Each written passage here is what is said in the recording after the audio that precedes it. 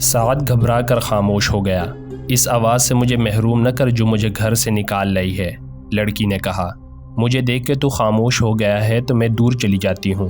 اپنے نغمے کا خون نہ کر، تیری آواز میں ایسا سوز ہے جیسے تو کسی کے فراق میں نغمہ سرا ہے۔ کون ہے تو؟ سعد نے کہا۔ اگر تو جنات میں سے ہے تو بتا دے۔ لڑکی کی جل ترنگ جیسے ہنسی سنائی دی۔ صحرا کی شفاف چاندنی میں اس کے آنکھیں ہیرو کی طرح چمک رہی تھیں۔ میں بنو قریظہ کی ایک یہودی کی بیٹی ہوں اور میں مسلمان ہوں۔ مذہب کو درمیان میں نہ لا، یہودن نے کہا۔ نغموں کا کوئی مذہب نہیں ہوتا۔ میں تیرے لیے نہیں، تیرے نغمے اور تیری آواز کے لیے آئی ہوں۔ سعد دوبارہ اپنی دھن میں گانے لگا۔ ایک روز یہودن نے اسے کہا کہ سعد قبول کرے تو وہ اس کے پاس آ جائے گی اور اسلام قبول کر لے گی۔ 2-3 روز ہی گزرے تھے کہ مدینہ کا محاصرہ آ گیا۔ سعد بن عتیق کا کام بڑھ گیا۔ اس کے پاس تلواریں، خنجر اور برچیوں کی انیاں تیز کروانے والوں کا ہجوم رہنے لگا۔ وہ راتوں کو بھی کام کرتا تھا۔ ایک روز یہ یہودن اپنے باپ کی تلوار اٹھائے اس کے پاس آئی۔ تلوار تیز کرانے کے بہانے آئی ہوں، یہودن نے کہا۔ آج ہی رات یہاں سے نکلو ورنہ ہم کبھی نہ مل سکیں گے۔ کیا ہو گیا ہے؟ پرسوں شام میرے باپ نے مجھے کہا کہ قبیلے کے سردار کعب بن اسد کو میری ضرورت ہے، یہودن نے بتایا۔ باپ نے ہوئی بن اخطب کا نام بھی لیا تھا۔ میں کعب کے گھر چلی گئی۔ وہاں ہوئی کے علاوہ 2 اور آدمی بیٹھے ہوئے تھے۔ وہ اس طرح کی باتیں کر رہے تھے کہ مسلمان کے آخری دن آ گئے ہیں۔ کعب بن اسد، ہوئی بن اخطب اور قریش کے درمیان اس لڑکی کی موجودگی میں معاہدہ ہوا اور مسلمانوں پر عقب سے حملوں کا منصوبہ طے ہوا۔ اس یہودن کو رات کعب کے پاس گزارنی پڑی۔ صبح وہ اپنے گھر سے آ گئی۔ اسے مسلمانوں کے ساتھ کوئی دلچسپی نہ تھی۔ اس کی دلچسپیاں سعد کے ساتھ تھیں۔ اس کے کانوں میں یہ بات بھی پڑی تھی کہ کعب اسے بیوی یا داشتہ کی حیثیت سے اپنے پاس رکھ لے گا۔ سعد بن عتیق اس یہودن کی محبت کو تو بھول ہی گیا تھا۔ اس نے یہودن کو گھر بھیج دیا اور ایک بزرگ مسلمان کو بتایا کہ کعب بن اسد نے ہوئی کے کہنے پر قریش کے ساتھ معاہدہ کر لیا ہے۔ اس بزرگ نے یہ اطلاع اوپر پہنچا دی۔ رسول اکرم صلی اللہ علیہ وسلم کو بتایا گیا کہ بنو قریظہ نے بنو قینقاع اور بنو نذیر کی طرح اپنا معاہدہ توڑ دیا ہے۔ آپ صلی اللہ علیہ وسلم نے کعب بن اسد کے خلاف کوئی کارروائی کرنے سے پہلے یہ یقین کر لینا سمجھا کہ بنو قریظہ نے واقعی قریش کے ساتھ معاہدہ کیا ہے۔ اللہ اپنے نام لیوا بندوں کی مدد کرتا ہے۔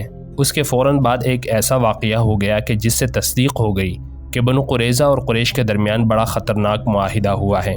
واقعہ یوں ہوا کہ عورتوں اور بچوں کو شہر کے ان مکانوں اور چھوٹے چھوٹے قلعوں میں منتقل کر دیا گیا تھا جو خندق سے دور تھے۔ ایک ایسے ہی قلعے میں رسول اکرم صلی اللہ علیہ وسلم کی پھوپھی صفیہ رضی اللہ عنہا چند ایک عورتوں اور بہت سے بچوں کے ساتھ مقیم تھی۔ ایک روز صفیہ رضی اللہ عنہا قلعے کے فصیل پر گھوم پھر رہی تھی کہ انہوں نے نیچے دیکھا ایک آدمی دیوار کے ساتھ ساتھ مشکوک سی چال چلتا جا رہا تھا۔ وہ کہیں رکتا، دیوار کو دیکھتا اور آگے چل پڑتا۔ صفیہ رضی اللہ عنہا اسے چھپ کر دیکھنے لگی۔ صاف پتہ چلتا تھا کہ یہ آدمی قلعے کے اندر آنے کا کوئی راستہ یا ذریعہ دیکھ رہا ہے۔ صفیہ رضی اللہ عنہا کو اس وجہ سے بھی اس آدمی پر شک ہوا کہ شہر کے تمام آدمی خندق کے قریب مورچہ بند تھے یا جنگ کے کسی اور کام میں مصروف تھے۔ اگر یہ کوئی اپنا آدمی ہوتا اور کسی کام سے آیا ہوتا تو دروازے پر دستک دیتا۔ قلعے میں عورتوں اور بچوں کے ساتھ صرف ایک مرد تھا۔ یہ تھے عرب کے مشہور شاعر حسان رضی اللہ عنہ بن ثابت۔ صفیہ رضی اللہ عنہا نے حسان رضی اللہ تعالی عنہ سے کہا کہ نیچے ایک آدمی مشکوک انداز سے دیوار کے ساتھ ساتھ جا رہا ہے، مجھے شک ہے کہ وہ یہودی ہے۔ صفیہ رضی اللہ عنہا نے حسان رضی اللہ عنہ سے کہا، تم جانتے ہو حسان، بنو قریظہ نے دوستی کا معاہدہ توڑ دیا ہے۔ یہ شخص مجھے یہودیوں کا مخبر معلوم ہوتا ہے۔ بنو قریظہ ہم پر عقب سے حملہ کریں گے تاکہ مردوں کی توجہ خندق کی طرف سے ہٹ جائے اور وہ پیچھے آ جائیں۔ یہودیوں کے پاس ہمارے مردوں کو مورچوں سے نکال کر پیچھے لانے کا یہ طریقہ کارآمد ثابت ہوگا کہ وہ ان قلعوں پر حملے شروع کر دے جن میں عورتیں اور بچے ہیں۔ نیچے جاؤ حسان، اللہ تمہارا نگہبان ہو۔ اس شخص کو للکارو، اگر وہ واقعی یہودی ہو تو اسے قتل کر دو۔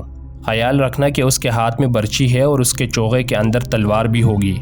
اے عظیم خاتون، حسان رضی اللہ عنہ نے کہا، کیا آپ نہیں جانتی کہ میں بیمار ہوں؟ اگر مجھ میں ذرا سی طاقت بھی ہوتی تو اس وقت میں میدان جنگ میں ہوتا۔ مورخ ابن حشام اور ابن قتیبہ نے لکھا ہے کہ عرب کے عظیم شاعر کا یہ جواب سن کر رسول اکرم صلی اللہ علیہ وسلم کی پھوپھی صفیہ رضی اللہ عنہا خود اس مشکوک آدمی کو پکڑنے یا مارنے کے لیے چل پڑی، لیکن یہ نہ دیکھا کہ ایک مسلح مرد کے مقابلے میں جاتے ہوئے ان کے ہاتھ میں کون سا ہتھیار ہے۔ وہ جلدی میں جو ہتھیار لے کر گئیں وہ برچھی نہیں تھی، تلوار نہیں تھی، بلکہ ایک ڈنڈا تھا۔ صفیہ رضی اللہ عنہا دوڑتی ہوئی باہر نکلی اور اس مشکوک آدمی کے پیچھے جا رکیں جو دیوار کے ساتھ کھڑا اوپر دیکھ رہا تھا۔ کون ہے تو؟ صفیہ رضی اللہ عنہا نے اسے للکارا۔ مشکوک آدمی نے بدک کر پیچھے دیکھا۔ اگر وہ کسی غلط نیت سے نہ آیا ہوتا تو اس کا انداز کچھ اور ہوتا، مگر اس نے برچھی تان لی۔ صفیہ رضی اللہ عنہا نے اس کا چہرہ دیکھا تو کوئی شک نہ رہا کہ وہ یہودی تھا اور وہ بنو قریظہ کا ہی ہو سکتا تھا۔ اسے یقین تھا کہ ایک عورت، وہ بھی ایک ڈنڈے سے مسلح، اس کا کچھ نہیں بگاڑ سکے گی۔ تجھ پر خدا کی لعنت، صفیہ رضی اللہ عنہا نے للکار کر کہا، کیا تو بنو قریظہ کا مخبر نہیں ہے؟ محمد صلی اللہ علیہ وسلم کی پھوپھی، یہاں سے چلی جا۔ یہودی نے کہا، کیا تو میرے ہاتھوں مرنے آئی ہے؟ ہاں، میں بنو قریظہ کا آدمی ہوں۔ پھر تو یہاں سے زندہ نہیں جائے گا۔ یہودی نے کہا لگایا اور بڑھ کر برچھی ماری۔ جس تیزی سے برچھی آئی تھی اس سے زیادہ تیزی سے صفیہ رضی اللہ عنہا ایک طرف ہو گئی۔ یہودی کا وار خالی گیا تو وہ سنبھل نہ سکا۔ وہ آگے کو جھکا اور اپنے بڑھتے ہوئے قدموں کو نہ روک سکا۔ صفیہ رضی اللہ عنہا نے پوری طاقت سے اس کے سر پر ڈنڈا مارا۔ ایک عورت کے بازو میں خدا کا قہر آ گیا تھا۔ یہودی رک کر سیدھا ہوا لیکن اس کا سر ڈولنے لگا۔ صفیہ رضی اللہ عنہا نے اسے سنبھلنے کا موقع نہ دیا اور اس کے سر پر پہلے سے زیادہ زور سے ڈنڈا مارا۔ اب یہودی کھڑا نہ رہ سکا۔ اس کے ہاتھ سے برچھی گری، پھر اس کے گھٹنے زمین سے لگے۔ صفیہ رضی اللہ عنہا نے اس کے سر پر، جس سے خون بہہ کر اس کے کپڑوں کو لال کر رہا تھا، ایک اور ڈنڈا مارا۔ وہ جب بے ہوش ہو کر لڑک گیا تو صفیہ رضی اللہ عنہا اس کے سر پر ہی ڈنڈے مارتی چلی گئی، جیسے زہریلے ناگ کا سر کچل رہی ہو۔ صفیہ رضی اللہ عنہا نے اس وقت ہاتھ روکا جب یہودی کی کھوپڑی کچلی گئی اور اس کا جسم بے حس ہو گیا۔ صفیہ رضی اللہ عنہا قلعے میں چلی گئی۔ حسان، صفیہ رضی اللہ عنہا نے اپنے شاعر حسان رضی اللہ عنہ سے کہا، میں وہ کام کر آئی ہوں جو تمہیں کرنا تھا۔ اب جاؤ اور اس یہودی کے ہتھیار اٹھا لاؤ اور اس کے کپڑوں کے اندر جو کچھ ہے وہ بھی لے آؤ۔ میں عورت ہوں، کسی مرد کے کپڑوں کے اندر ہاتھ ڈالنا ایک عورت کے لیے مناسب نہیں۔ چاہو تو یہ مال غنیمت تم لے سکتے ہو، مجھے اس کی ضرورت نہیں۔ اللہ آپ کی عصمت و عفت کی حفاظت کرے۔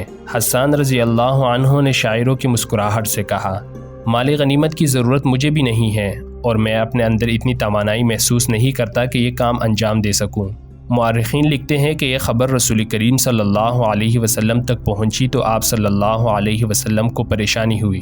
شہر میں خوراک کی کیفیت یہاں تک پہنچ گئی تھی کہ ہر فرد کو اس کی اصل ضرورت کی صرف 1/4 خوراک ملتی تھی۔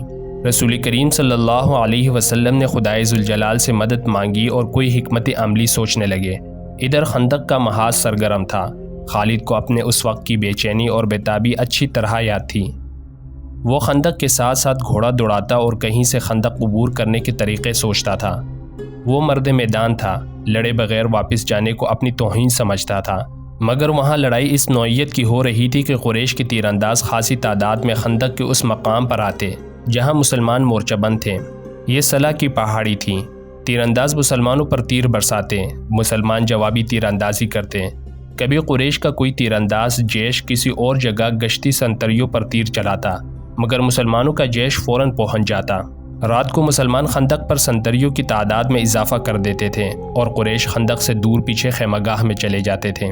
رسول کریم صلی اللہ علیہ وسلم کو جہاں مدینہ میں خوراک کی قلت کا، جو قحط کی صورت اختیار کرتی جا رہی تھی، احساس تھا، وہاں آپ صلی اللہ علیہ وسلم کو یہ بھی معلوم تھا کہ قریش کا لشکر بھی نیم فاقہ کشی پر آ گیا ہے۔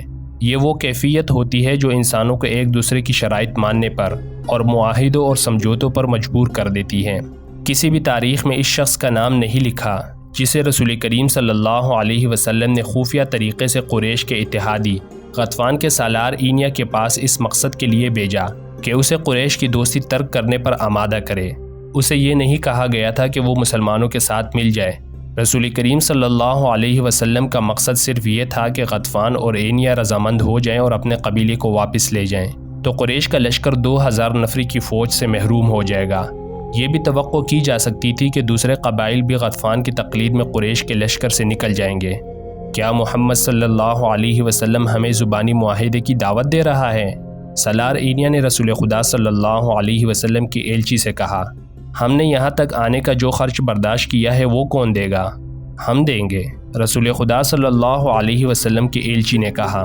نبی کریم صلی اللہ علیہ وسلم نے فرمایا ہے کہ تم لوگ اپنے قبیلے کو واپس لے جاؤ تو اس سال مدینہ میں کھجور کی جتنی پیداوار ہوگی اس کا تیسرا حصہ تم لے جانا، خود مدینے آ جانا، پوری پیداوار دیکھ لینا اور اپنا حصہ اپنے ہاتھوں الگ کر کے لے جانا۔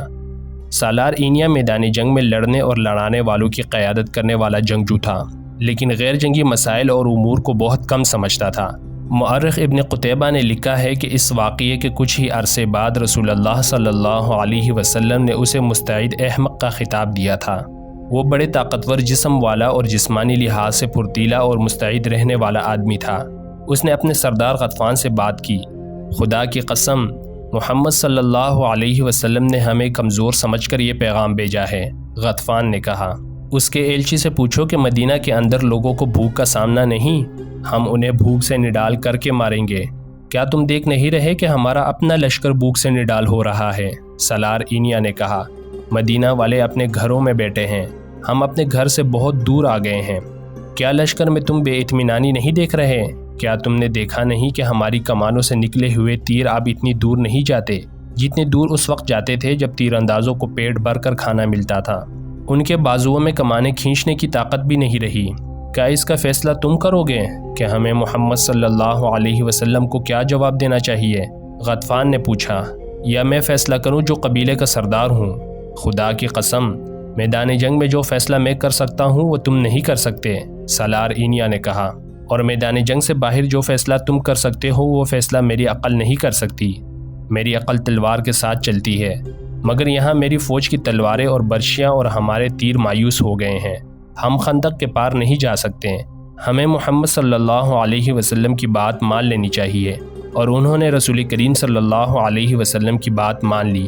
ایلچی امید افزا جواب لے کر آ گیا۔ اسے قریش کا کوئی آدمی نہیں دیکھ سکا تھا، کیونکہ غطفان کی فوج محاصرے کے کسی اور مقام پر تھی۔ اللہ کے رسول صلی اللہ علیہ وسلم کے خلاف کون بول سکتا تھا؟ مگر آپ صلی اللہ علیہ وسلم نے اسلام کی تعلیمات کے عین مطابق اپنے سرکردہ ساتھیوں کو بلایا اور انہیں موقع دیا کہ کسی کو آپ صلی اللہ علیہ وسلم کے فیصلے سے اختلاف ہے تو وہ بولے۔ آپ صلی اللہ علیہ وسلم ایک شخص کا فیصلہ پوری قوم پر ٹھونسنے کے قائل نہ تھے۔ چنانچہ آپ صلی اللہ علیہ وسلم نے سب کو بتایا کہ آپ صلی اللہ علیہ وسلم نے غطفان کو کیا پیشکش کی ہے۔ یہاں امت کو مشورے کی اہمیت سکھائی گئی ہے۔ نہیں، چند پرجوش آوازیں اٹھیں، ہماری تلواریں جن کے خون کی پیاسی ہیں، خدا کی قسم ہم انہیں اپنی زمین کی پیداوار کا ایک دانہ بھی نہیں دیں گے۔ جنگ تو ہوئی نہیں، ہم لڑے بغیر کیوں ظاہر کریں کہ ہم لڑ نہیں سکتے؟ اس کی تائید میں کچھ آوازیں اٹھیں، ایسے دلیلیں دی گئیں جنہیں رسول اللہ صلی اللہ علیہ وسلم نے اس لیے قبول فرما لیا کہ یہ اکثریت کی آواز تھی۔ آپ صلی اللہ علیہ وسلم نے اپنے ایلچی کو دوبارہ غطفان اور اینیا کے پاس نہ بھیجا، لیکن آپ صلی اللہ علیہ وسلم نے سب پر واضح کر دیا کہ تدبر اور حکمت عملی کے بغیر محاصرہ نہیں توڑا جا سکے گا۔ خدا حق پرستوں کے ساتھ تھا۔ رسول کریم صلی اللہ علیہ وسلم نے اپنے اللہ سے مدد مانگی، جو ایک انسان کے روپ میں آپ صلی اللہ علیہ وسلم کے سامنے آ گئی۔